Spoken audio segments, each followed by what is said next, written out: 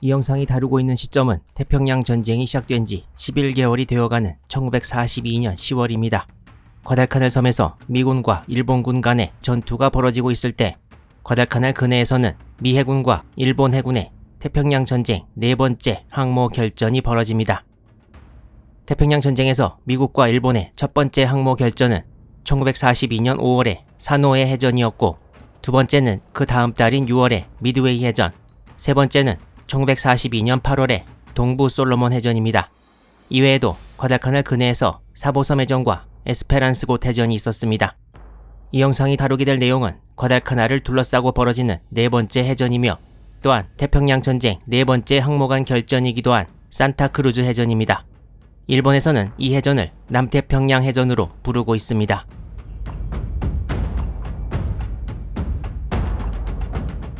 미국 해군이 1942년 10월 하순까지 추격시켰던 항공모함은 여기 보이는 총 8척입니다. 레인저는 속도 등 여러 면에서 태평양에서 활약하기 어렵다고 판단되어 대서양 전선에 있었습니다. 그리고 랭리가 인도네시아, 렉싱턴은 사노해, 요크타운이 미드웨이 해전에서 격침되었는데요. 8월 하순에 동부 솔로몬 해전 이후 엔터프라이즈와 세로토가가 수리에 들어가면서 남태평양 전체를 와스프와 호넷이 책임지고 있다가 1942년 9월 15일에 와스프가 일본 잠수함의 어뢰를 맞고 침몰되어 버립니다. 따라서 9월 15일부터 엔터프라이즈가 다시 돌아오는 한 달이 넘는 기간 동안에 남태평양을 책임지는 미군 항공모함은 호넷 하나밖에 없는 실정이었습니다. 엔터프라이즈가 남태평양에 도착해 원래 있던 호넷과 합류했을 즈음 일본 연합함대의 근거지였던 트루쿠 섬에도 일본 항모부대가 모여들기 시작합니다. 미드웨이 해전 이후 새로 편성된 일본 해군의 항모부대 제3함대는 쇼카쿠, 즈이카쿠, 즈이호의 세 척 항모가 제1항공전대로, 준요, 류조, 히요의 세 척이 제2항공전대로 편성되어 있었습니다. 류조는 1930년대에 완성된 항모였는데 동부 솔로몬 해전에서 침몰됐고, 준요와 히요는 상선을 개조해 각각 24,000톤급의 항모로 1942년 봄과 여름에 주역했습니다. 미국은 존재하는 항모가 엔터프라이즈, 수리 중이었던 세로토가, 호넷밖에 없었으니까 이 당시만 해도 일본의 항모 전력이 미국보다 수적으로는 더 우위였다고 볼 수 있는 것입니다.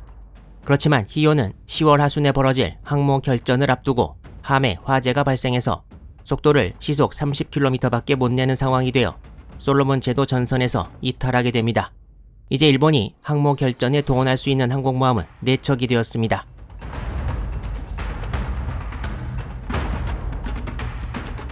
일본은 이전부터 미 항모 호넷이 과달카날 근해 어딘가에 있다는 것도 알고 있었고, 육군이 과달카날 2차 대전투 준비를 하던 10월 15일에는 다른 미 항모부대가 진주만을 떠났다는 정보도 입수했습니다. 일본 해군은 과달카날에서 육군 제2사단이 핸더슨 비행장을 점령할 때에 맞추어 함대를 남하시켜서 동시에 개입하려고 시도하는 미 함대를 격파한다는 계획을 가지고 있었는데요. 육군 제2사단 병력의 미군 진지 공격 계획이 계속 늦어지는 바람에 그 사이에 항모 히요가 불이 나서 전선에서 이탈하고 10월 24일에 엔터프라이즈도 호넷과 합류하는 것을 알지 못하고 지나갔습니다. 일본 함대는 항모와 호위함들만 있는 것이 아니라 크게 3개의 부대로 나뉘어져 있었습니다. 먼저 이번 작전에서 전진부대라고 일컬어졌던 일본 제2함대는 항모 준요와 핸더슨 비행장을 폭격했던 전함 공고와 하루나에 14척의 다른 함정이 있었습니다. 지휘관은 제2함대 사령장관 콘도 노부타케 제독입니다. 기동부대의 본대는 항모 쇼카쿠, 즈이카쿠, 즈이호와 호위함 9척입니다. 지휘관은 유명한 제3함대 사령장관 나구모 추이치 제독, 기동부대 소속 전위부대는 전함 2척에 순양함과 구축함 11척이 소속되었습니다. 전위부대의 지휘관은 제11전대 사령관 아베 히로아키 제독입니다. 남태평양으로 출발한 엔터프라이즈는 10월 24일 오후 12시 45분경 남위 14도 7분, 동경 171도 37분 위치에서 항모 호넷과 합류했습니다. 엔터프라이즈 전단은 태스크포스 16, 호넷 전단은 태스크포스 17이었고, 태스크포스 61로 지정된 항모 전단 전체를 지휘할 사령관은 토머스 킹케이드 제독이었습니다. 엔터프라이즈 그룹에는 전함 사우스다코타 한 척을 포함한 11척의 호위함들이 따라왔고 호넷 그룹에는 중순양함 2척을 포함한 호위함 10척이 포함되었습니다. 10월 25일 오전 4시 엔터프라이즈와 호넷은 더 북쪽으로 이동했는데요. 이날 새벽의 수색에서 일본 함대는 발견하지 못했습니다. 수색은 계속 이루어졌는데 점심때가 조금 지난 오후 12시 50분 미군 정찰기가 남위 8도 51분, 동경 164도 30분 지점에서 일본 항공모함 2척과 호위함들을 발견했다는 소식을 전해옵니다. 이때 미군 항모들은 서로 약 20km 정도 거리를 두고 떨어져 있었습니다. 남태평양 지역사령관 홀지 제독은 엔터프라이즈가 호넷과 합류함으로써 미 해군도 이제 싸워볼 만한 상태가 되었다고 말했습니다.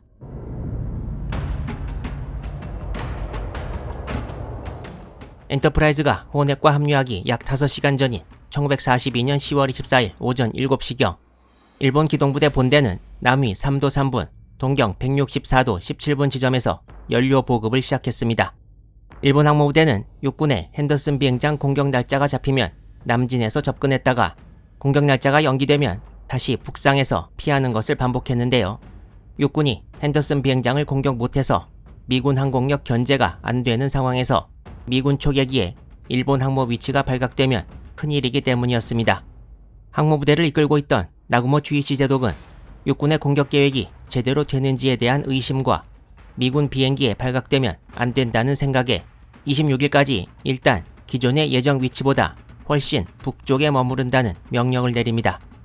이 소식을 들은 연합함대 사령장관 야마모토 이소로쿠는 제3함대에 북쪽으로 피하지 말고 예정대로 남하할 것을 다시 명령합니다.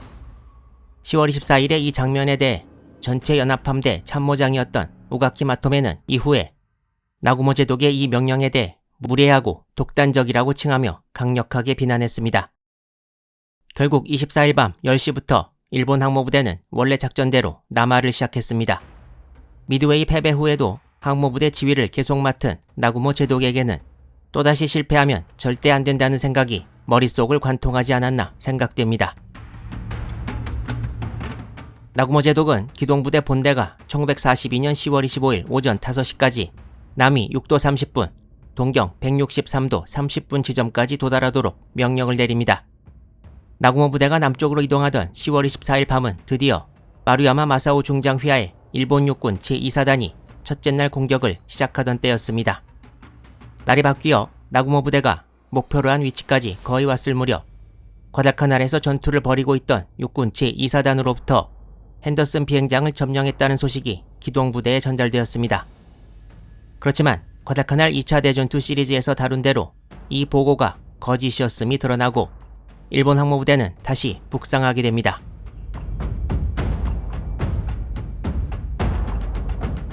(10월 25일) 오전 9시부터 10시까지 미군 비행정이 항모부대와 전위부대 근처에 차례로 나타납니다. 이때부터 정오 무렵까지 일본 항모부대와 전위부대는 계속 미군 정찰기와 접촉하게 되고 미군도 이제 일본 함대의 대략적인 위치를 알게 되었습니다. 문제는 아직 일본 함대는 미군 항공모함들이 어디 있는지 모른다는 것이었습니다. 미군 항모가 일본 항모들을 향해 항공기들을 보낼 때 이에 맞서 공격대를 보내지 못한다면 일본 항모들이 크게 불리한 상황에 놓일 것은 뻔했습니다. 하지만 이때 일본 항모들을 발견한 미군기는 짙은 구름과 스콜로 인해 이후 추적을 하지 못했고 항모부대가 아닌 전위부대의 위치에 B-17 폭격기들이 출동해 폭격했으나 피해는 못 주었습니다. 또한 다른 일본 정찰기가 과달카날 남쪽 해상에서 항모부대가 아닌 미군 수상함부대 태스크포스 64를 발견하고 나구모 제독에게 공격을 요청했으나 나구모 제독은 미군 항모에 집중하기 위해 이를 거절합니다. 그렇지만 이와 별개로 오후 2시경 기동부대 본대 서쪽에 위치한 전진부대에 속한 항모 준요에서 과달카날 핸더슨 비행장과 미군 진지에 전투기 12대, 폭격기 12대를 보내 공격하기도 했습니다. 일본 항공모함 부대가 이쪽 어딘가에 있다는 것을 미군 항모부대는 알고 있었지만 공격에 필요할 정도로 정확한 위치는 알 수 없었습니다. 일본 항모부대와의 대략적인 거리는 약 570km로 추정되었습니다. 홀지 제독은 미군 항모부대를 이끌고 있는 킹케이드 제독에게 공격 명령을 내립니다.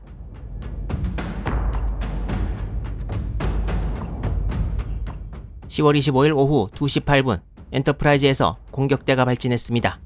먼저 와일드캣 전투기 8기에 이어 돈틀리스 급강화 폭격기 5기가 발진했고 어벤져 뇌격기 6기도 엔터프라이즈를 이함했습니다.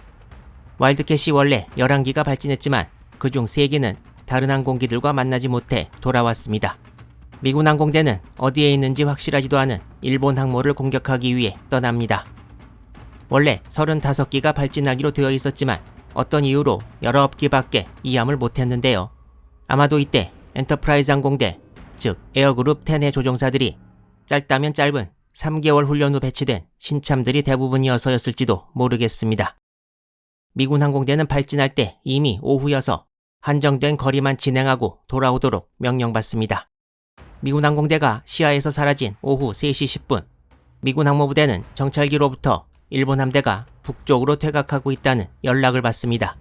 그렇지만 미군 함대는 무선 침묵 중이었고 항공대는 정해진 거리만 갔다가 오기로 되어 있어서 해가 지기 이전에 항공대가 돌아올 것이라 생각하고 따로 연락하지는 않습니다.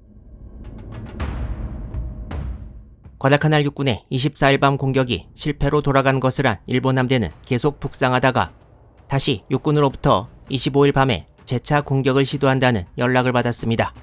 일본 함대는 이제 다시 26일 새벽에 육군을 도와 과달카날을 공격할 계획을 세우고 기동부대 본대는 26일 오전 4시 45분까지 남위 8도 22분, 동경 163도 52분 위치까지, 전위부대는 4시 15분까지 남위 9도 22분, 동경 163도 52분 위치까지 남진할 것을 명하고 10월 25일 오후 6시부터 다시 과달카날을 향해 남하하기 시작합니다. 엔터프라이즈에서 발진한 항공대가 지금은 멀어져 가고 있는 일본 함대를 향해 다가가고 있을 때 항공대를 지휘하던 제임스 토머스 소령은 비행거리를 더 늘려서 일본 함대를 찾기로 결정합니다. 미군 항공대는 이에 따라 원래 계획했던 240km가 아니라 450km를 비행하기로 합니다. 하지만 미군 항공대는 일본 함대를 결국 발견하지 못합니다. 갈 때는 좋았지만 일본 함대를 발견하지 못하고 엔터프라이즈로 돌아올 때 일이 터지고 맙니다. 해가 져버려서 별로 경험 없는 조종사들이 완전히 암흑 속에서 비행해야 했던 것인데요. 계획보다 멀리 가는 바람에 연료도 다 떨어져 가는 상황이 되고 말았습니다. 와일드캣을 조종하던 파일럿들 중 한 명이었던 에드워드 파이트너 소위는 이날 비행이 태어나서 가장 무서웠던 경험들 중 하나였다고 말하면서 연료계 바늘이 0을 가리키는 가운데 10분을 비행해야 했다고 회상합니다. 미군 항공대는 높은 고도에서 필요한 기체 내 산소도 모자라는 상황에서 힘들게 비행했습니다. 중간에 연료 보급 장치 고장으로 와일드캣 한 기를 잃고 악전고투 끝에 항모 위치까지 도달했으나 엔터프라이즈가 있어야 할 위치에는 아무것도 없었습니다. 돈틀리스 조종사들은 기체의 무게를 줄이기 위해 폭탄을 바다에 떨어뜨리고 나서 일어난 폭발로 엔터프라이즈가 항진하면서 나온 기름 자국을 발견하고 항모를 찾기 위해 이 자국을 따라갑니다. 미군 항공대가 마침내 엔터프라이즈를 발견한 것은 오후 6시 30분. 그렇지만 경험이 없는 조종사들은 두 대가 거의 동시에 착함하기도 하고 착함하다 이미 착함해서 앞에 있던 다른 항공기와 충돌하기도 하고 착함 순서를 기다리다가 연료가 떨어져 바다에 착수하기도 하는 등 조종사 거의 대부분이 처음 경험하는 야간 착함은 매끄럽게 진행되지 않았고 착함 과정에서 총 8기의 항공기를 상실하지만 조종사 인명피해는 2명에 그쳤습니다. 미국의 신참 조종사들은 이후에 과연 일본 항모부대에 맞서 어떤 모습을 보여줄까요?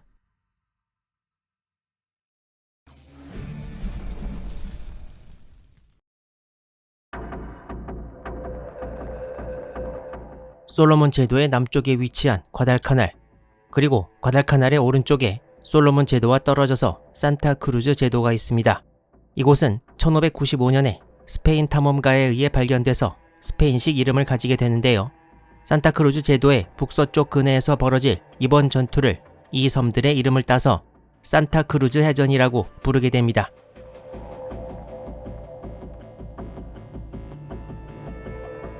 (10월 25일은) 양측이 가까운 거리에 적 항모부대가 있다는 것을 알고 지나갔고 다음날인 26일에 항모들 간에 큰 전투가 벌어질 가능성이 매우 크다는 것을 알게 되었습니다. 일본 함대는 25일 오후 10시 40분 전 함대에 통지를 보내 다음날 결전이 벌어질 가능성이 매우 높으니 정찰에 만전을 기하라고 명령 내립니다. 항공모함 간 결전은 먼저 발견하고 공격대를 띄우는 쪽이 압도적으로 유리하기 때문에 미군 항공대가 25일 오후에 정확하지 않은 정보에 근거해 항공대를 보내는 시도를 했고 결국 야간 착함으로 이어져 인명과 항공기 피해를 입었다는 것을 지난번에 설명했습니다. 선제 공격의 중요성을 역시 알고 있던 일본도 굳은 날씨나 미군 전투기의 공격에 관계없이 정찰을 진행하라고 명령합니다. 시야가 극히 제한되는 밤에는 공격대가 발진할 수는 없지만 정찰은 계속됩니다.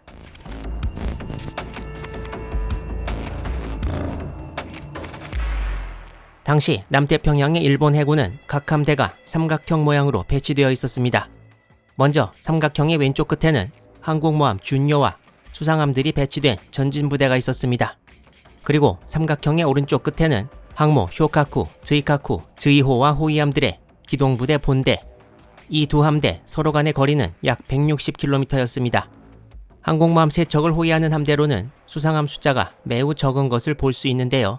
기동부대 본대의 앞쪽, 그러니까 남쪽에 같은 기동부대 소속의 전위부대가 있었습니다. 기동부대 본대와 전위부대 간의 거리도 약 160km에 이르렀습니다. 나구모 제독이 계획한 대로 기동부대 본대가 북쪽에 머문다면 전위부대와 거리가 멀어지고 육상기지나 항모로부터 항공지원을 받을 수 없는 전위부대는 핸더슨 비행장 혹은 미 항모들에서 뜬 항공기들의 공격에 위험해질 것은 불을 보듯 뻔했습니다. 따라서 이것도 10월 25일 야마모토 사령장관을 비롯한 연합함대 수뇌부가 나구모 제독의 소극적인 태도를 싫어한 또 다른 이유였습니다. 이 중에서 기동부대 본대 당시 상황을 좀 더 살펴보도록 하겠습니다. 당시 항모 3척으로 이루어진 일본 기동부대 본대의 대략적인 배치를 보면 먼저 항모 쇼카쿠와 즈이카쿠가 앞뒤 약 8km 간격을 두고 각각 위치하고 쇼카쿠의 8km 서쪽에는 경항모 즈이호가 위치해서 쇼카쿠와 즈이카쿠 항공대가 미군 항모를 공격하러 나갔을 때 상공을 지키게 되어 있었습니다. 쇼카쿠 오른쪽에 호위함이 약 5km 거리를 두고 위치하고 또한 3척의 항공모함 전방에도 각각 호위함들이 위치했습니다. 그리고 기동부대 본대 최전방에는 중순양함 쿠마노가 위치했습니다.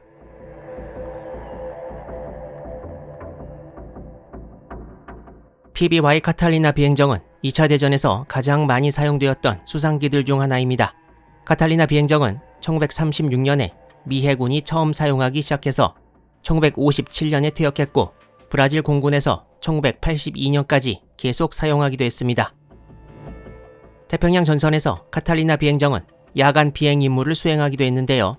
야간에 발견되기 쉽지 않게 이렇게 검은색으로 도장을 하고 정찰뿐 아니라 폭격, 어뢰투하, 기총 소사 등의 임무를 수행하기도 해서 이런 카탈리나 비행정을 특히 블랙캣츠라고 부르기도 했습니다.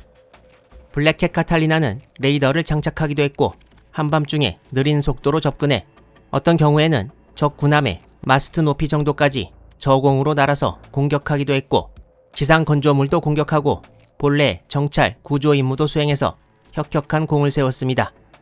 특히 미드웨이 해전에서 어뢰를 투하해 일본 유조선 아케보노마루에 명중시키기도 했습니다. 또한 PBY 카탈리나 비행정은 사진에서 보시다시피 날개가 위쪽에 붙어 있어서 일반 항공기와 다를 바 없는 일본 해군 정찰기와 상당히 다르게 생겼는데요. 이러한 구조는 정찰 임무를 수행할 때 날개가 정찰원의 시야를 방해하지 않는 역할을 해주기도 했습니다. 이후 1942년 12월부터 PBY 카탈리나 블랙캣츠 편대가 편성되기 시작해 2차 대전 동안 12편대가 더 편성되어 활약했습니다. 결전 전야인 1942년 10월 25일에서 26일로 넘어가는 밤에도 미군은 이 카탈리나 비행정 등을 이용해 일본 항공모함 부대를 찾으려고 노력했습니다.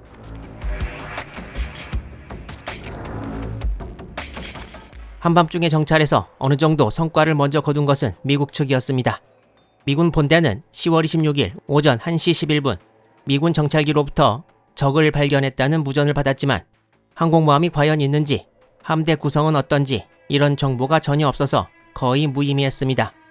그리고 시간이 더 흘러서 오전 3시가 되어가던 때 솔로몬 제도에서 훨씬 남동쪽에 바누아투의 미군 기지에서 이륙한 PBY 카탈리나 비행정과 관련된 일이 하나 터집니다. 10월 25일에서 26일로 넘어가는 밤은 달빛이 밝았다고 기록되어 있는데요. 일본 기록에 의하면 이때 미군 통신을 듣는 데 성공해서 미군 정찰기가 일본 함대를 발견하고 근처에서 계속 돌아다닌다는 사실을 알고 있었다고 합니다. 그렇지만 항모부대 앞에 있는 전위부대가 발견된 건지 항모부대인지는 모르고 있었는데요.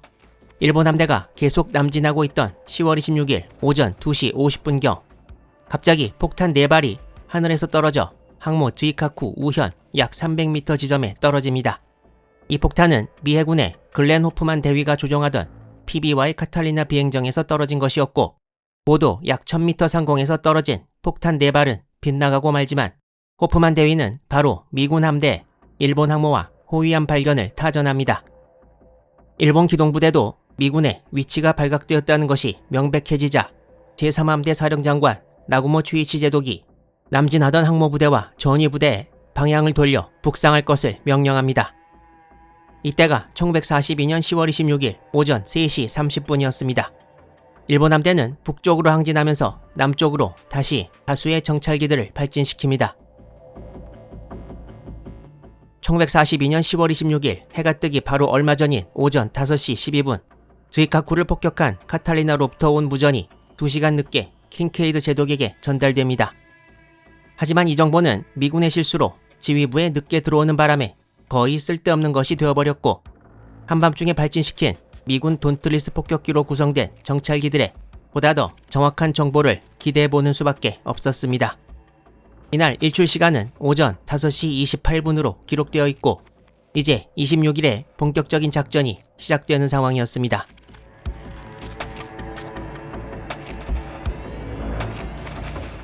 (26일) 날이 밝으면서 과달카날에서는 일본군의 공세가 실패로 돌아간 것이 확실해졌고 해상에서는 미국과 일본 정찰기가 서로 옆을 지나가기도 하면서 정찰에 힘을 쏟고 있었습니다. 여러 자료를 이용해서 이날 아침 이후에 타임라인을 구성해보면 다음과 같습니다. 먼저 오전 6시 50분 일본 정찰기가 미군 항모부대를 발견하고 위치 좌표를 타전했습니다.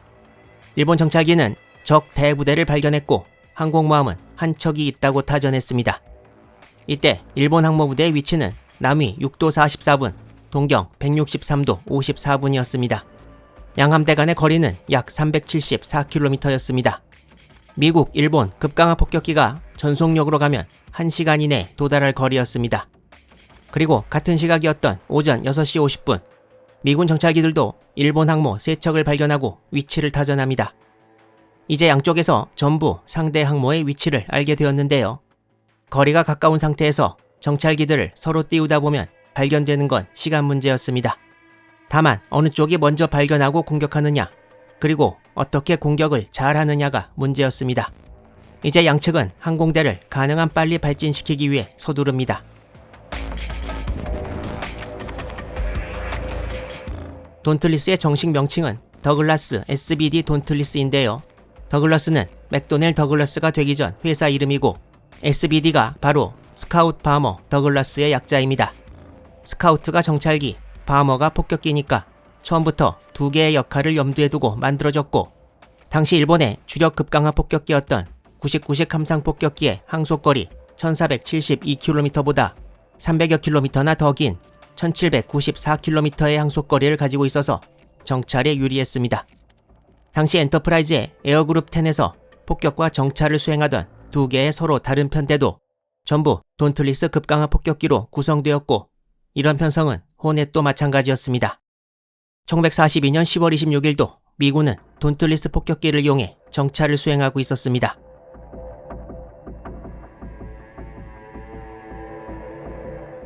일본 경항공모함 즈이호는 원래 1936년 6월 19일에 진수되었는데 이때는 아예 다른 배였고 진수 이후 오랜 기간에 걸쳐 경항모로 개조됩니다. 태평양 전쟁이 시작되고 나서 미드웨이 해전에도 참가했지만 큰 활약은 못했고 1942년 8월 미군의 과달카날 상륙 이후 10월에 다른 항모들과 함께 남태평양으로 왔습니다. 즈이호는 이렇게 생긴 49경 89식 12cm 고각포 2연장 4개 총 8문과 96식 25mm 고각기총 2연장 4개 총 8문을 보유했습니다. 즈이호는 경항모라서 배수량이나 크기 자체도 쇼카쿠급과 비교해볼 때 작았는데요. 쇼카쿠의 전장, 즉 길이는 257.5m인데 반해 즈이호는 205.5m로서 상당히 차이가 났고, 또한 쇼카쿠급에는 엘리베이터가 3개 있는 반면에 즈이호에는 2개만 있는 것도 볼 수 있습니다. 또한 항공기는 쇼카쿠가 최대 84기까지 탑재가 가능한 반면 즈이호는 30기 정도였습니다. 즈이호는 또한 비행갑판에 아일랜드 구조물도 설치하지 않아서 비행 관제 등에 불리했고, 여러가지로 주력 항모와는 확실히 차이가 나는 전력이었습니다. 즈이호는 아까 살펴봤듯이 쇼카쿠와 즈이카쿠에서 약 8km 지점에 있었는데요. 일본 함대를 찾으러 온 돈틀리스 정찰기 편대가 항모 즈이호를 발견하고 바로 급강하에 들어갑니다. 일본군의 상공호위 전투기들이 돈틀리스 폭격기들과 교전을 벌이는 사이 2기의 폭격기가 성공적으로 급강하를 수행해서 즈이호에 폭탄을 명중시켰습니다. 즈이호는 비행갑판에 15m 정도의 구멍이 나서 항공기 이착함이 불가능하게 되었고, 결국 전열에서 이탈해 트루크의 일본 기지를 향해 북상했다고 기록되어 있습니다. 이 돈틀리스를 조종했던 스탁턴 스트롱 대위에 의하면 이 폭격은 급강하 폭격기 조종사들이 재수 좋으면 평생에 한 번 정도 할 수 있는 급강하 폭격기 조종사들의 꿈이라고 할 정도로 난이도가 쉬웠다고 합니다. 일본 항공모함 부대의 3척의 항공모함 중 한 척이었던 경항모 즈이호는 이렇게 일찍 산타크루즈 해전에서 퇴장했습니다.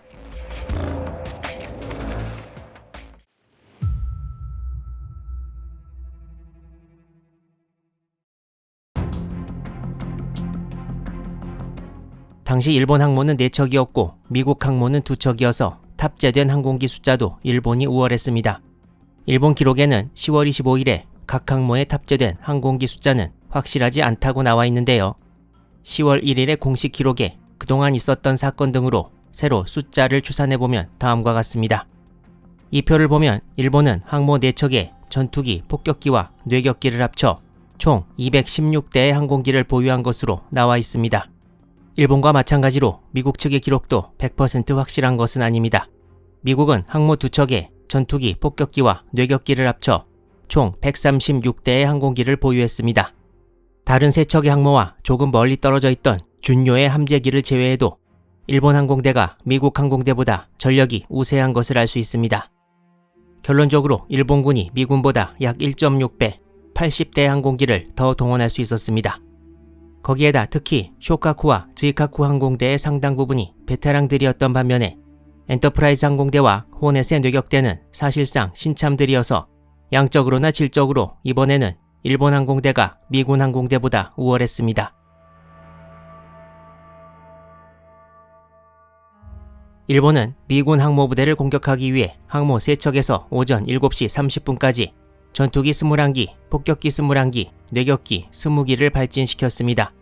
이 부대는 미드웨이 해전 당시 아카기의 뇌격기 편대장이었던 무라타 시게하루가 이끌었습니다. 이 공격대는 오전 7시 30분까지 미 항모부대를 향해 전진을 개시합니다.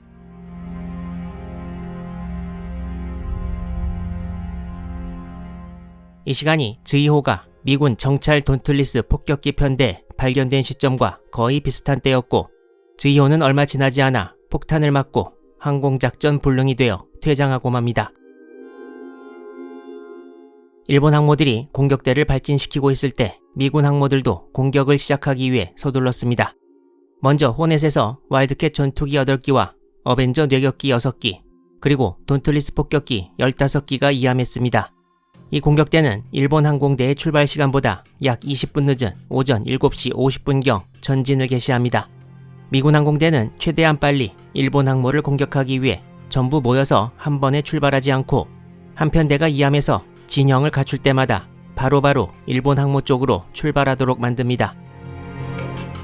잠시 후 엔터프라이즈에서 항공기들이 출격을 시작해서 먼저 상공 엄호를 위해 와일드캣 11기, 그리고 일본 항모 공격을 위해 와일드캣 8기, 돈틀리스 3기, 어벤져 9기가 차례로 이함하고, 이 공격대는 호넷 항공대보다 10분 늦은 오전 8시까지 일본 항모부대를 향해 출발합니다. 곧이어 10분 간격을 두고 호넷에서 두 번째, 전체로는 세 번째 공격대가 출격하기 시작합니다.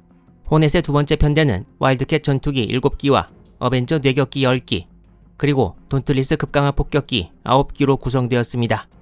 이 편대에서 뇌격기들은 예외적으로 어뢰 대신에 각각 500파운드 폭탄을 장착했고, 이전에 출발한 2개 공격대에 이어 오전 8시 10분까지 일본 항모부대를 향해 떠납니다.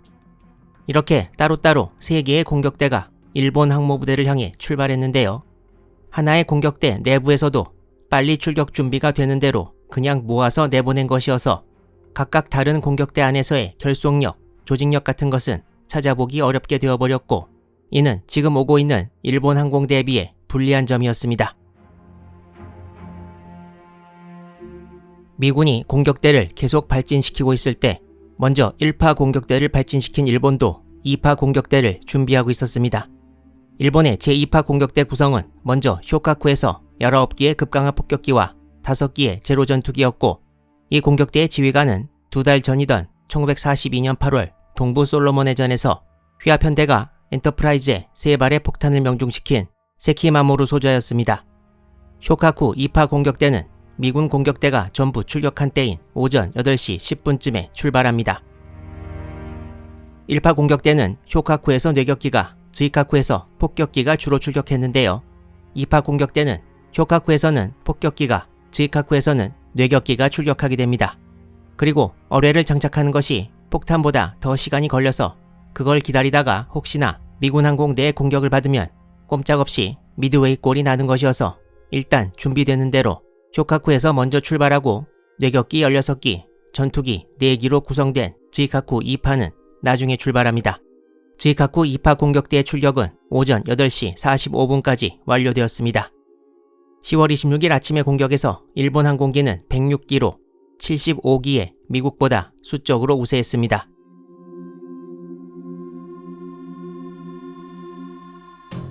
즈이카쿠에서 마지막 공격대가 준비하고 있을 무렵 이전에 출발한 항공대는 계속 비행 중이었고, 오전 8시 30분경 처음 출발한 호넷 공격대와 일본 1파 공격대가 서로 옆을 지나갑니다. 이때 미군 공격대는 남동쪽으로 비행하는 일본 항공대를 목격하고 엔터프라이즈와 호넷 항모부대의 일본 공격대가 그쪽으로 가고 있다고 타전합니다. 원래는 상대방 항공대는 무시하고 항공모함만을 향해 전진하는 게 정석입니다.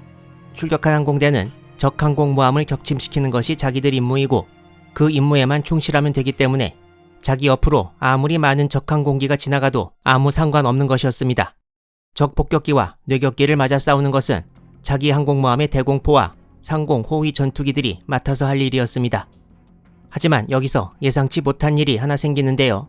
즈이오에서 출발한 제로 전투기 9기의 편대장 히다카 모리아스 대위는 생각을 좀 달리해서 폭격기와 뇌격기 어모를 잠깐 벗어나 미군기를 빨리 공격하고 복귀하기로 합니다.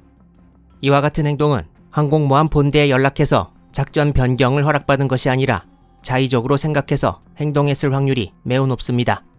공격이 이루어진 시간은 1942년 10월 26일 오전 8시 40분이었습니다. 미군 항공기들은 제대로 준비되어 있지 않은 상황에서 완전히 기습을 당했습니다. 이러한 즈이오 전투기들의 예상치 못한 공격으로 호넷 항공대 피해가 컸습니다. 진영을 이탈해서 미군 항공대를 공격한 즈이오 전투기들과 호넷 항공대의 전투로 호넷 항공대에서는 격추된 항공기와 손상을 입어 모함으로 돌아간 항공기까지 합쳐서 와일드캣 4기와 어벤져 4기를 잃습니다. 맨 처음 출격한 호넷 공격대 29기 중 8기를 잃은 것입니다. 나머지 전투기들도 보조 연료 탱크를 떨어뜨리고 전투에 임하는 바람에 작전에 차질이 생겼습니다. 히다카 대위의 제로 전투기들은 9기 중 4기가 격추되고 나머지 5기는 연료와 탄약이 거의 소모되어 어쩔 수 없이 본대로 복귀하게 됩니다. 일본도 결국 1파 공격대의 호위 전투기 21기 중 9기를 잃고 만 것입니다. 호위 전투기 대수가 절반 가까이 날아가 버린 건 영향이 없을래야 없을 수가 없는 피해였습니다.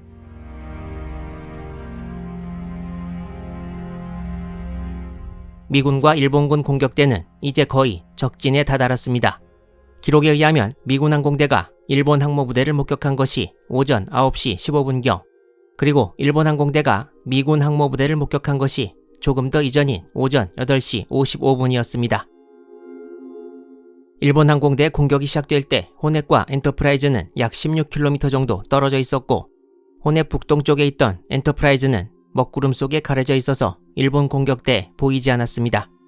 이때 두 항공모함 위에 떠서 상공을 경계하던 와일드캣 전투기는 총 37기였다고 하고요. 호넷 방어를 맡은 전투기가 15기, 그리고 엔터프라이즈 방어를 맡은 전투기가 22기였다고 합니다. 일반적으로 방위를 나타낼 때 북동, 북서 등의 말로 나타내기도 하지만 보다 더 정확하게 하려면 360도로 방위를 나누고 숫자로 말하게 됩니다. 예를 들어서 90도 방향에서 접근하고 있다면 정동 방향에서 오고 있는 것이고 270도 방향에서 온다는 것은 서쪽에서 오고 있다는 것을 뜻합니다. 10월 26일 아침 처음 접근하는 일본기들을 포착한 것은 중순양함 노스앰프턴의 레이더였고 일본기들은 295도 방향에서 접근하고 있고 거리는 약 112km였다고 합니다.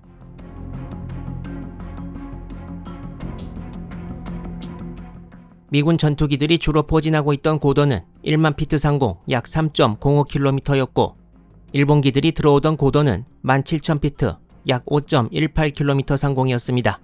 일본기들이 모습을 나타내고 거리가 가까워지자 호넷 호위기 와일드캣 15기 중 일찍 상승을 시작한 8기만 일본 공격대를 제대로 상대하게 되고 나머지 7기 그리고 멀리 떨어져 있던 엔터프라이즈 상공의 호위기들은 호넷을 방어하는 데 큰 도움을 주지 못하는 상황이 되고 맙니다.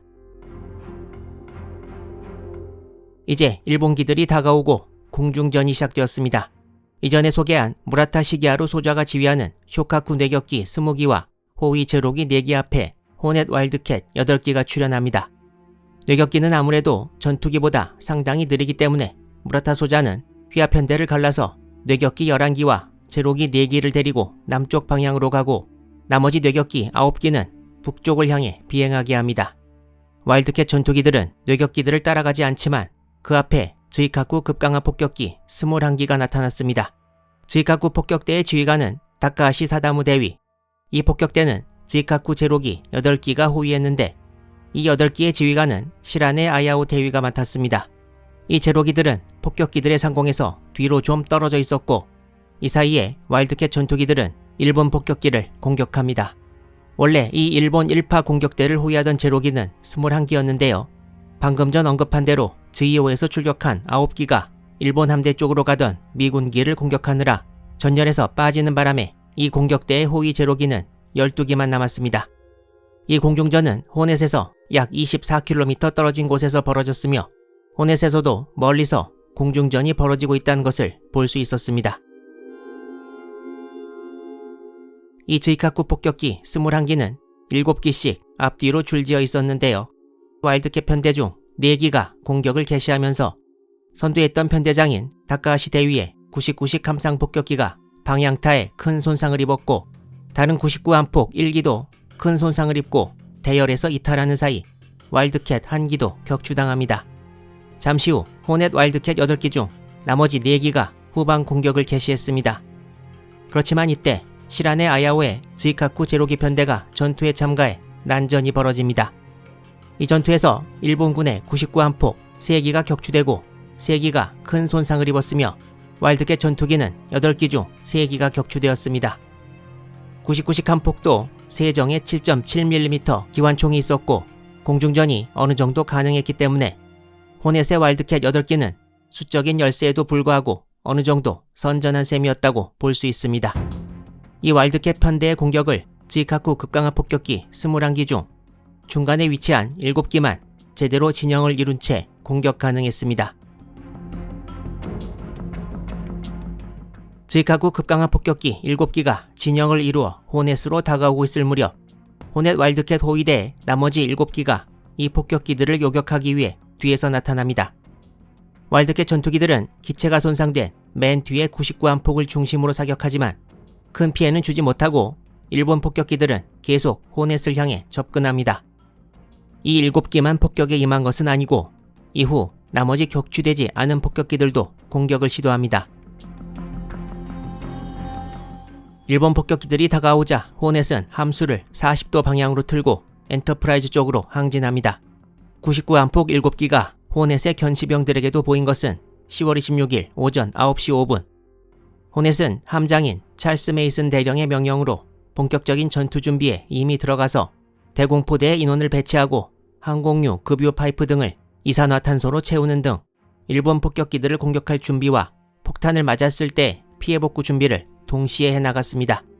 호넷의 대공포대에는 5인치 389경 대공포 8문과 1.1인치 대공포 16문을 포함해서 M2 브라우닝 기관총을 대체한 30문의 20mm 오리콘 대공포를 보유하고 있었습니다.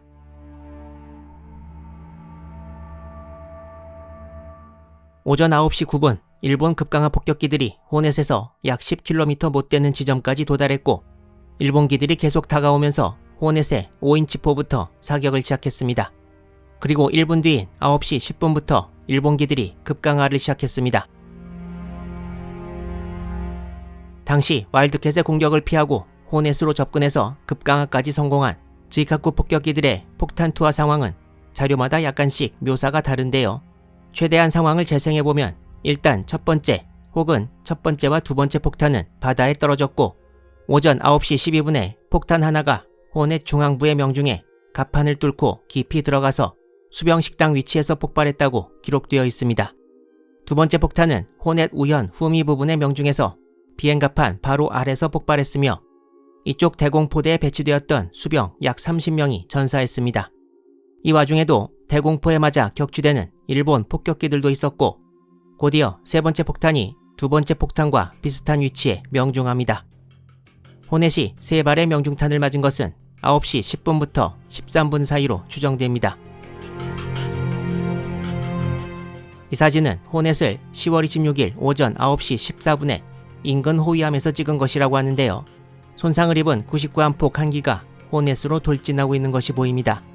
이 사진에서는 잘 안 보이지만 이 99함폭은 피탄되어 연기를 내뿜고 있었습니다. 또한 일본기를 향해 발사한 대공포탄이 바다에 떨어지고 있는 모습도 보입니다. 돌진하던 99함폭은 호넷의 연돌 부근에 부딪혀서 폭발하고 맙니다.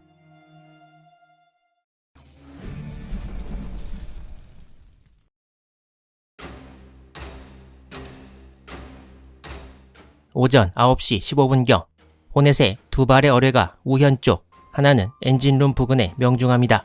또한 폭격기 한 대가 호넷의 뒤에서 접근해 대공포에 맞은 후 180도로 돌아 함수 부근에 충돌하기도 했습니다.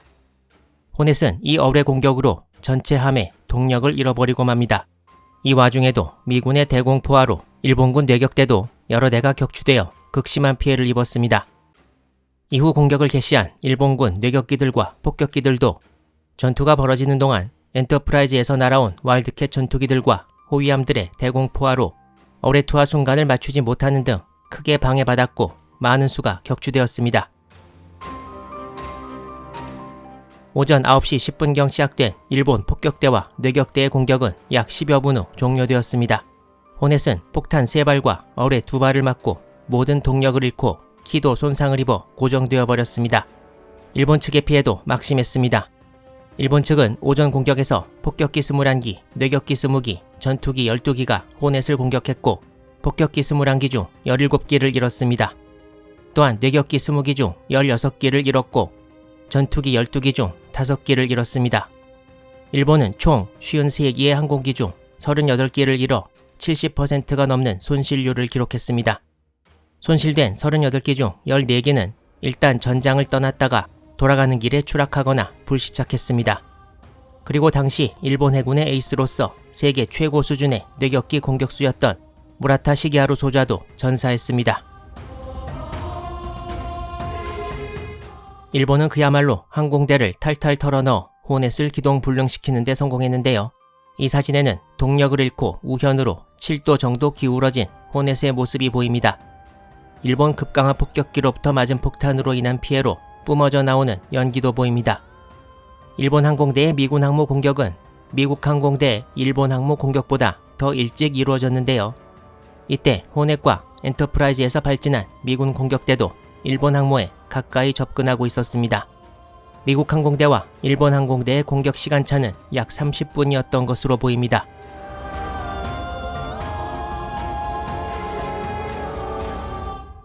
당시 일본 함대도 곧 들이닥칠 미군 항공대를 긴장 속에 기다리고 있었는데요.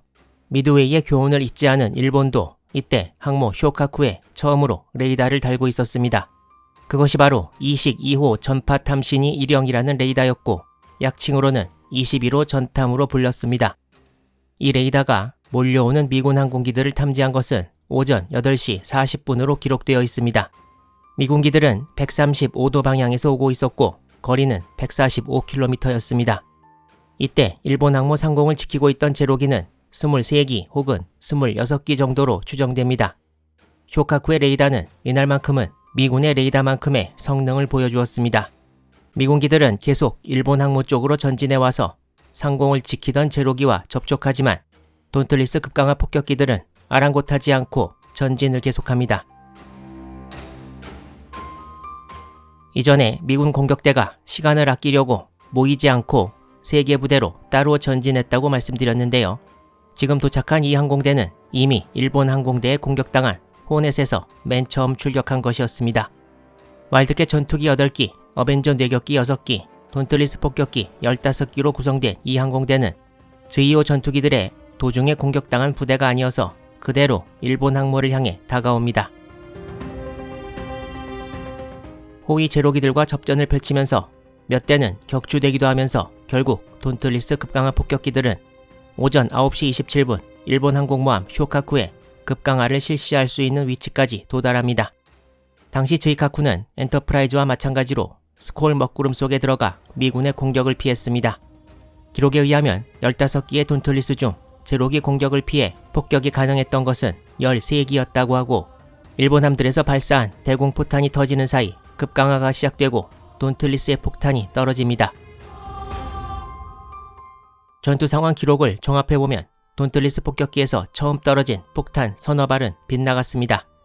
미군 폭격기들은 평상시 투하 고도보다 절반 이상 낮은 고도 200~300m에서 폭탄을 투하했고 바로 쇼카쿠의 중앙부 엘리베이터 뒷부분에 명중했습니다. 그리고 또 하나의 폭탄이 후방 엘리베이터 왼쪽에 명중했습니다. 한 발의 폭탄은 함교 바로 뒷부분에 명중했습니다. 그리고 마지막 한 발이 비행갑판 중앙부 어딘가에 명중했던 것으로 보입니다. 기록에 의하면 쇼카쿠는 이렇게 돈틀리스 폭격기로부터 4발의 폭탄을 맞았습니다. 나머지 돈틀리스 폭격기들도 몇 발의 지근탄을 쇼카쿠 주위에 떨어뜨렸습니다. 기록에서 그나마 확실하게 알 수 있는 것은 명중탄 4발과 최초에 빗나간 것 4개입니다. 이 폭격으로 쇼카쿠는 항공기 이착함이 불가능하게 되었고 갑판 아래에도 큰 피해를 입었습니다. 또한 항모 여러 군데에서 화재가 발생했습니다. 그렇지만 쇼카쿠의 엔진은 전혀 손상을 입지 않아서 전속력을 낼 수 있을 정도였다고 합니다. 또한 흘수선 아래에도 전혀 피해를 입지 않았는데요. 이건 같이 갔던 어벤져 뇌격기 6기가 어뢰 공격으로 전혀 피해를 못 주었다는 것을 의미했습니다. 그것은 미군 첫 번째 공격대 어벤져 뇌격기들이 일본 항모를 발견 못했기 때문이었습니다. 자세한 내막은 모르겠지만 돈틀리스 폭격기들과 상당히 떨어져 있었던 모양입니다. 이 어벤져 뇌격기들은 항모 대신에 일본 중순양함 토네를 만나 어뢰 공격을 시도했으나 명중탄은 내지 못하고 한 기가 제로기에 격추되고 2기는 오는 길에 불시착했습니다. 이 사진은 당시 폭탄을 맞은 쇼카쿠에서 화재 진압 작업을 하고 있는 모습인데요. 미드웨이에서의 실패를 교훈삼아 여러 피해 복구 준비를 했고 결정적으로 항공기를 거의 전부 띄우는 바람에 당시 쇼카쿠엔 2기의 항공기밖에 남아있지 않아서 미드웨이 때처럼 폭탄, 어뢰, 연료, 항공기가 내부에서 폭발하는 일이 없었습니다. 쇼카쿠의 피해 복구 작업은 계속 진행돼서 오후 2시 30분에 화재를 진압했고 이후 더 이상의 공격을 피하기 위해 후방으로 퇴각합니다. 호넷의 1차 공격대 이후 출격한 엔터프라이즈의 소규모 공격대는 이후 미군 함대로 가던 폭격기 등을 업무하던 항모 Z2O 제로기들의 공격을 받아 와일드캣 4기와 어벤져 4기가 전열에서 이탈해버립니다. 이 소규모 공격대는 일본 항모부대까지 가지도 못하고 항모부대 앞에 일본 전위부대 배들을 만나 어뢰 공격 등을 시도했으나 전부 실패하고 아무 성과 없이 다시 엔터프라이즈로 돌아갑니다. 두 번째 항공대와 10분 간격을 두고 호넷에서 두 번째, 전체로는 세 번째로 출격한 미군 항공대. 이 편대는 와일드캣 7기와 어벤져 10기 그리고 돈틀리스 9기로 구성되었습니다. 이 편대도 일본 항공모함 근처까지 가지도 못했는데요. 맨 앞에 앞서가던 편대로부터 일본 항모가 안 보인다는 연락을 들었고, 그렇다면 일본 항모는 공격권 밖으로 이미 사라진 것이라고 생각하게 됩니다. 그러다가 앞선 편대와 마찬가지로 항모부대 앞에 있던 전위부대에 일본 함을 하나 목격하는데 바로 일본 중순양함 치쿠마였습니다. 치쿠마를 발견한 미군 항공대는 바로 공격을 개시합니다. 이때 시간은 오전 9시 26분으로 첫 번째 항공대가 쇼카쿠에 공격을 개시할 때였습니다. 폭격이 시작되자마자 450kg 폭탄 하나가 함교 왼편에 명중해서 큰 피해가 났습니다. 그리고 5분도 채 안 되어 함 우현 중앙부에도 폭탄이 명중했습니다. 이후 어뢰도 명중해서 함에 해수가 들어오기 시작했습니다. 일본 항모를 발견 못한 미군 항공대의 공격으로 치쿠마에서는 약 190명이 사망하고 함장을 포함한 150명 이상이 부상을 입었습니다. 전체 승조 인원의 약 40%에 해당하는 사상자가 난 것입니다. 이 사진에는 26일 당시 공격을 당해 중앙부에서 연기를 뿜고 있는 치쿠마의 모습이 보입니다. 뒷부분에 있는 수상기 캐터펄트와 크레인이 어떤 이유에서인지 함 밖으로 돌출된 것도 보입니다. 치쿠마는 공격당할 때 어뢰를 버려서 큰 폭발을 피하고 이후 트루쿠 기지로 피항하고 1943년 2월 말까지 일본 구레 해군 공창에서 수리에 들어갑니다. 이렇게 미군 238 공격대는 일본 항공모함 공격에는 실패하게 됩니다. 이제 미국과 일본의 1차 공격이 전부 끝났습니다. 이 사진에서는 호넷의 화재 진화 작업을 돕는 미군 수상함들이 보입니다. 이 사진에서도 호넷 옆에 구축함 러셀이 오전 공격 이후 피해 복구 작업을 돕고 있는 것이 보입니다. 이제 호넷을 이용할 수 없게 되자 남은 항공작전은 엔터프라이즈에만 의존해야 했습니다. 미 항모부대를 지휘하던 킹케이드 제독은 남태평양 지역 사령관인 홀지 제독에게 정확히 2단어로 된 오전의 전투 상황 보고를 타전합니다. 호넷의 화재는 빠른 피해 복구 노력으로 오전 10시경 어느 정도 진압됩니다. 하지만 아직 전투가 완전히 끝난 것은 아니어서 미군 항공대의 공격은 끝났지만 일본군은 아직도 2파, 3파 공격대가 계속 날아오고 있었습니다.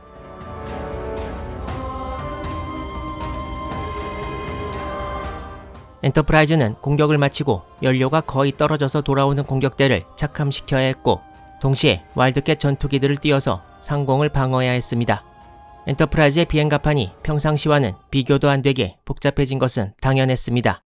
1차 공격대가 쇼카쿠를 공격하고 있던 오전 9시 30분 순양함 노스앰프턴의 레이더가 315도 방향 약 120km 거리에서 다가오는 항공대를 포착합니다. 9시 45분에는 전함 사우스다코타의 레이더가 325도 방향 88km 거리에서 탐지합니다. 그리고 잠시 뒤에는 엔터프라이즈가 340도 방향 72km 거리에서 일본 기들을 탐지합니다. 호넷의 이착함을 진행시킬 수 없어서 엔터프라이즈는 혼자 버거운 임무를 맡게 되었습니다. 엔터프라이즈가 일본 공격대를 포착했던 오전 10시가 되어가던 시각 엔터프라이즈는 갑판이 꽉 차자 오전 10시에 착함을 중지하는데 이때 사고가 하나 발생했습니다. 엔터프라이즈에 착함하지 못한 어벤져 뇌격기 한 기가 바다에 착수했는데 갑자기 와일드캣 한 기가 해수면을 보고 다가와 기총소사를 실시했습니다. 이에 놀란 근처 구축함도 대공포를 쏘기 시작했는데 갑자기 구축함에서 폭발음이 들려왔습니다. 이 폭발은 바다에 착수했던 어벤져 뇌격기에서 어뢰가 저절로 발사되어 구축함에 명중한 것이었고 그 구축함의 이름은 포터였습니다. 포터는 어뢰로 인해 동력을 잃고 자침 결정이 내려졌고 동료 구축함 쇼에서 2발의 어뢰를 발사해서 명중했으나 어뢰가 폭발하지 않아서 대신 5인치포 50발을 선체에 발사해 전복시켜 침몰합니다. 당시 혼란스러웠던 엔터프라이즈 부근의 상징적인 사건이었습니다.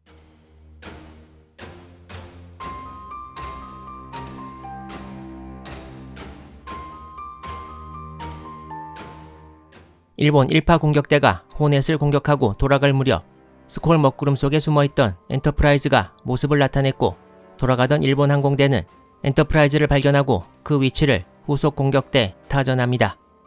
따라서 후속 일본 공격대는 엔터프라이즈의 존재와 위치를 확인하고 접근할 수 있었습니다.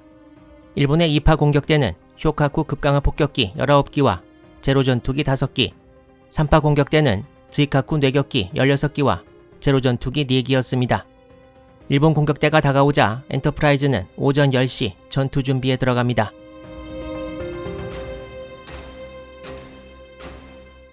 세키마모로 소좌가 지휘하는 급강화 폭격기들은 곧 엔터프라이즈를 발견하고 계속 다가옵니다. 이때 엔터프라이즈 상공에는 와일드캣 전투기가 21기 있었는데 엔터프라이즈의 플라이트 디렉터가 일본기가 오는 고도를 못 맞춰서 작전에 차질이 생겼습니다. 와일드캣 전투기들은 일본 폭격기들이 급강화를 시작하기 전에 2기밖에 격추 못 시킵니다. 그리고 엔터프라이즈에는 무장과 급유를 마치고 출격을 대기하던 항공기들이 많아서 일본기들의 폭격을 맞는다면 크게 유폭될 위험성마저 있었습니다. 그렇지만 미군 함대는 엔터프라이즈 주위로 대공 방어를 위한 호위함들을 원형진으로 배치했고 일본기들과 엔터프라이즈 사이에는 114문의 대공포를 가진 전함 사우스다코타가 있었습니다. 그리고 엔터프라이즈에는 호넷에 없던 것이 하나 있었는데요. 그것은 바로 미군이 보유했던 1.1인치 대공포보다 성능이 월등했던 40mm 보포스 대공포였습니다. 엔터프라이즈는 40mm 보포스 대공포를 4연장 포탑 4개 총 16문 보유했고 사우스다코타는 4연장 포탑 7개로 총 28문 보유했습니다. 일본 폭격기들은 오전 10시 20분 급강화를 시작했고 곧 미군 함대의 무서운 대공포화에 맞닥뜨리게 됩니다. 편대장 세키마모로 소좌를 선두로 첫 7기의 99식 함폭이 급강화를 개시했으나 선두였던 세키마모로 소좌의 함폭과 이어서 3, 5, 7번기가 대공포화에 맞아 격추되었습니다. 명중탄은 하나도 나오지 못했습니다. 이어서 다음 편대 99식 함폭 7기가 차례로 급강화를 시작했습니다. 첫 번째 폭탄이 엔터프라이즈 좌현 맨 앞부분을 뚫고 나가 공중에서 폭발했습니다. 엔터프라이즈로서는 행운이었지만 두 번째 폭탄이 1분 후 앞쪽 엘리베이터 뒷부분에 명중합니다. 이 폭탄으로 항공기가 폭발하진 않았으나 수병들은 항공기 6기를 함 밖으로 밀어내고 맨 앞 1번 엘리베이터가 작동 불능이 됩니다. 10시 20분에 세 번째 편대가 급강화를 시작해서 우현 뒤쪽에 지근탄을 떨어뜨려 엔터프라이즈의 기관부에 손상을 입혔습니다. 일본 급강화 폭격기들의 공격은 일단 이렇게 끝났습니다. 일본은 이번 공격에서 19기의 99식 함폭 중에서 편대장을 포함해 10기를 잃고 2기는 가는 길에 불시착했습니다. 이 사진에는 당시 전투 상황이 나와 있는데 엔터프라이즈와 전함 사우스다코타도 보이고 격추되어 바다로 떨어지고 있는 일본 99식 함폭 1기도 보입니다. 10월 26일 촬영이라고 되어 있는 이 사진에는 전투 중인 엔터프라이즈의 모습이 나와 있는데요. 엄청난 대공포탄의 탄막이 펼쳐지고 있는 것이 보이고 일본 급강화 폭격기 2기가 사진에 보인다는데 아마도 이 2개가 아닌가 생각됩니다. 그리고 급강화 폭격기들의 공격이 끝나고 얼마 되지 않은 오전 10시 35분 쉴 틈도 없이 이젠 330도 방향에서 접근하고 있는 또 다른 일본 항공대가 포착됩니다.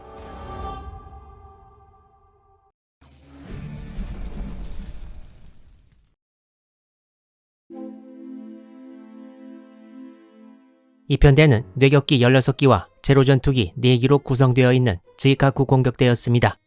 뇌격기들은 다른 항공기보다 속도도 느려서 미군의 대공포화를 당해낼 수 있을지 의심되었고 역시 의심대로 16기 중 10기가 대공포화 및 와일드캣 호위기에 손실되고 말았습니다. 엔터프라이즈는 회피기동으로 단 한 발의 어뢰도 맞지 않았습니다. 호위함 중 하나였던 중순양함 포틀랜드가 사정거리 거의 끝에서 어뢰 3발을 맞았으나 어뢰가 폭발하는 데 실패해 피해는 입지 않았습니다. 엔터프라이즈는 계속 들이닥친 폭격기와 뇌격기의 공격을 어느 정도 성공적으로 막아냈는데요.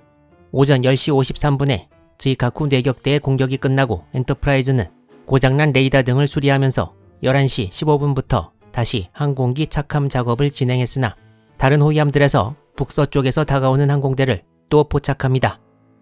이 사진에서는 10월 26일 대공포를 발사하고 있는 전함 사우스다코타의 모습이 보이고 오른쪽에는 어뢰를 이미 투하한 것으로 보이는 97식 함상 공격기가 1기 보입니다.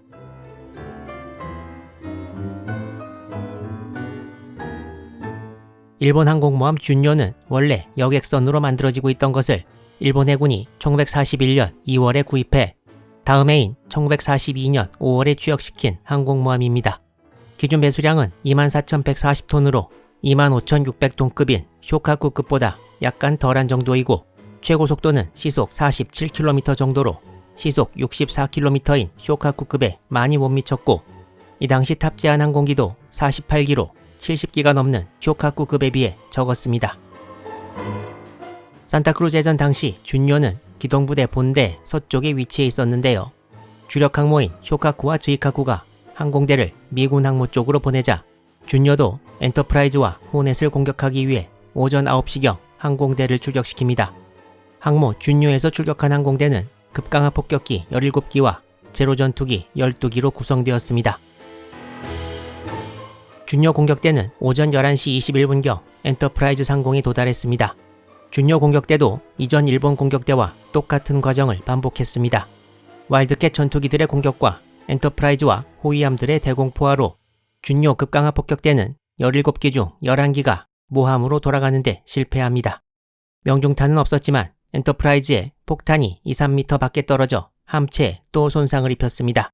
전함 사우스다코타의 주포는 16인치였는데 준요 공격대에 250kg 폭탄이 1번 포탑 위에 명중했으나 포탑의 장갑이 워낙 두꺼워서 포탑 안에 있던 수병들이 피해가 없었던 정도가 아니라 아예 폭탄이 명중한 줄도 몰랐다고 기록되어 있습니다. 이 호넷 와일드캣은 준요 폭격대가 공격을 하고 있을 때 엔터프라이즈에 착함했는데요.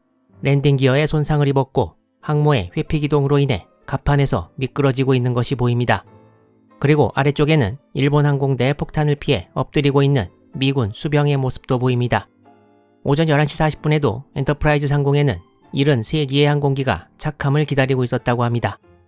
엔터프라이즈는 한편으로 전투기를 발진시키면서 오후 1시 35분 착함 및 기타 작업을 완료한 다음에 남동쪽으로 철수합니다.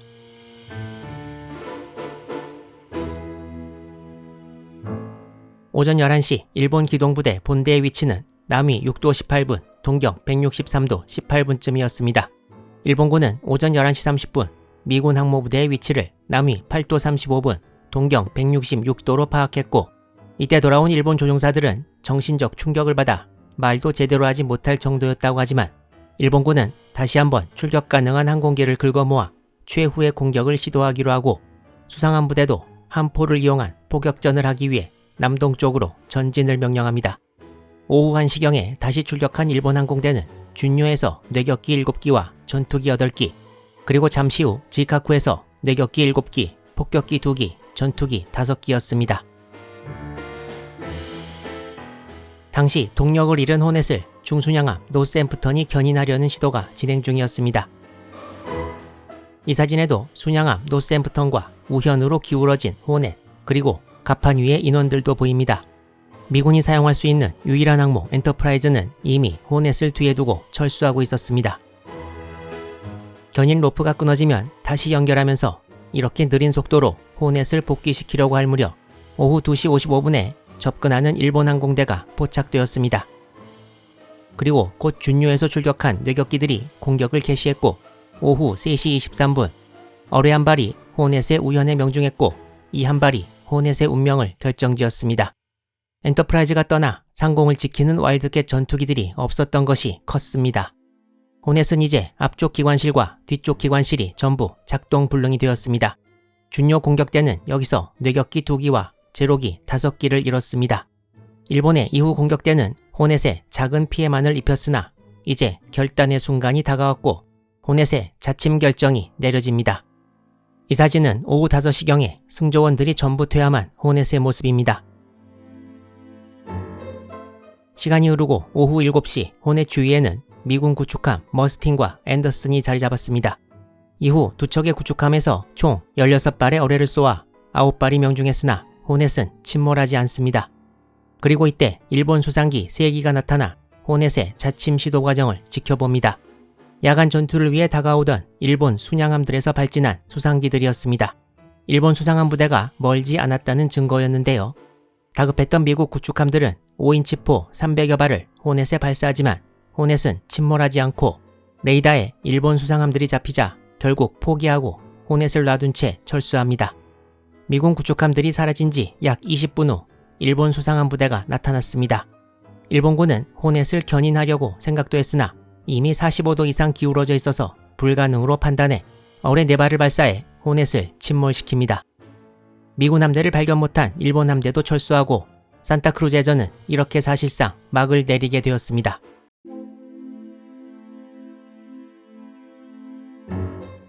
산타크루즈 해전의 결산을 해보면 다음과 같습니다. 일본은 이번 해전에서 총 97기의 항공기를 상실하고 미군은 총 81기의 항공기를 상실했습니다. 미군은 항모 한 척이 침몰하고 한 척이 크게 손상을 입은 반면에 일본군은 침몰 없이 대형 항모 한 척과 경항모 한 척이 크게 손상을 입었습니다. 하지만 미군은 총 26명의 조종사들이 목숨을 잃은 반면에 일본군은 역전의 베테랑들을 포함한 148명의 조종사를 잃고 말았습니다. 이는 일본이 미드웨이에서 잃은 조종사 110명보다 훨씬 더 많은 숫자였고 진주만 기습에 참가했던 일본 베테랑 조종사 765명 중 이미 이 시점이 되면 409명이 사망해 전쟁 시작 1년도 안 돼 절반 이상을 잃게 되었습니다. 일본의 숙련된 조종사들이 과달카날 전역을 치르면서 크게 소모되었고 충분하지 않은 조종사 양성과 함께 일본의 이후 큰 문제를 불러일으키게 됩니다. 대파된 쇼카쿠와 함께 지히카쿠도 새로 항공대를 편성하기 위해 일본으로 돌아가야 했습니다. 엔터프라이즈는 이제 약 2달 후 세로토가가 돌아올 때까지 미군의 유일한 항모가 되었습니다. 전투가 끝나고 엔터프라이즈 수병들은 함상에 엔터프라이즈 대 일본이라는 구호를 써서 붙였다고 하는데요. 당시 항모가 하나밖에 안 남은 미국의 다급한 상황과 더불어 미군의 결의를 보여준다고도 하겠습니다. 산타크루즈 해전 결과에 대해 일본 대본영 해군부가 전투가 끝난 지 얼마 되지 않은 1942년 10월 27일 밤 10시 30분에 발표한 전과는 다음과 같습니다. 일단 기타 함정들과 함께 미국 항공모함을 무려 4척이나 격침했고 또한 미국 항공기 200여 기 이상을 격추했다고 발표했습니다. 이는 엄청나게 과장된 결과 발표였고 일본 항공모함 2척이 손상을 입었으나 전투 항해가 가능하다고 발표해서 쇼카쿠가 오랜 기간 수리에 들어간 것을 볼 때 이것도 거짓말이었습니다. 대본영 발표라는 것을 일이 있을 때마다 이렇게 기자들을 모아놓고 했던 모양인데요. 산타크루즈 해전 이후 일본의 어느 해군 참모는 사실은 미군 항모 한 척 격침이 맞다고 보는데 항공대 승무원들이 보고한 것을 묵인하지 않을 수 없었다고 말하기도 했습니다. 이에 비해 미군은 전과를 일본군 항모 2척 손상이라고 맞게 발표했습니다. 또한 아군의 피해에 관해서도 9월 15일에 항모 와스프 침몰도 약 한 달 뒤에 대중에 공개되었고 이어서 10월 27일에 호넷이 침몰했을 때도 며칠 뒤에 바로 대중에 공개되었습니다. 일본과는 상당히 다른 마인드라고 할 수 있습니다.